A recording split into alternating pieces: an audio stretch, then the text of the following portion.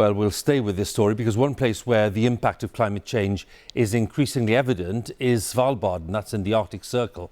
The Norwegian islands are warming more quickly than any other place on Earth. Our Europe correspondent Nick Beake has travelled there for this special report. Venture deep into the Arctic Circle and you find Svalbard. There's no place quite like it. And here, a struggle for survival. Climate change is on fast forward. Polar explorer Hilde Farmström wants to show us how her world is disappearing. Soon, an incredible sight, but one framed with sadness. To survive as a polar bear now, I think you have to be super good at hunting because the main source of food, the seals, they are diminishing, and the ice that both the seal and the polar bears are dependent on are diminishing. It's getting less and less ice. This Norwegian archipelago is warming 6 times faster than the global average. There's much less ice here to reflect heat and more exposed ocean to absorb it. These beluga whales, they're swimming in water that's much hotter than it used to be. And all wildlife here in Svalbard is having to adapt to this hotter world. You can hear them now. It's hotter in the water and it's hotter in the air too.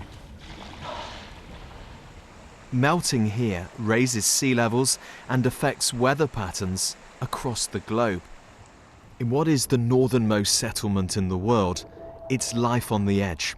Houses are being moved and rebuilt, new barriers installed to stop more avalanches triggered by the thawing ground.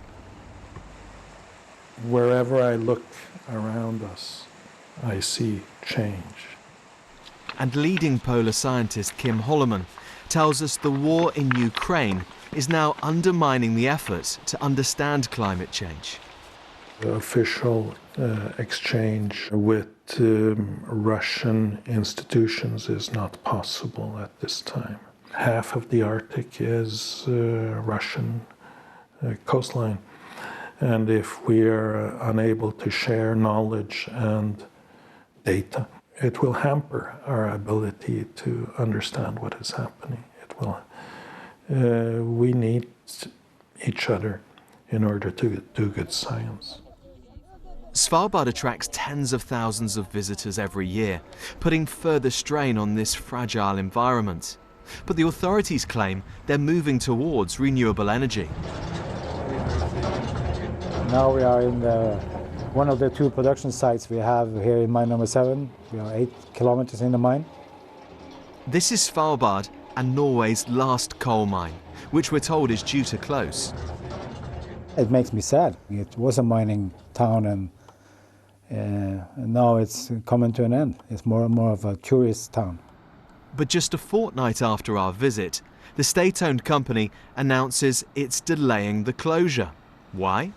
It says Europe's energy crisis now makes the mine a more profitable operation. If they can't give up fossil fuels in the fastest warming place on Earth, what hope for the rest? The UN says we face a climate emergency. The alarm is sounding. We ignore it at our peril. Nick Beake, BBC News, in the Arctic Circle. And following that special report by Nick, there are more updates, more news, more analysis from Justin Rowlatt and others on climate change. BBC News Online, it's all there for you, bbc.co.uk/news.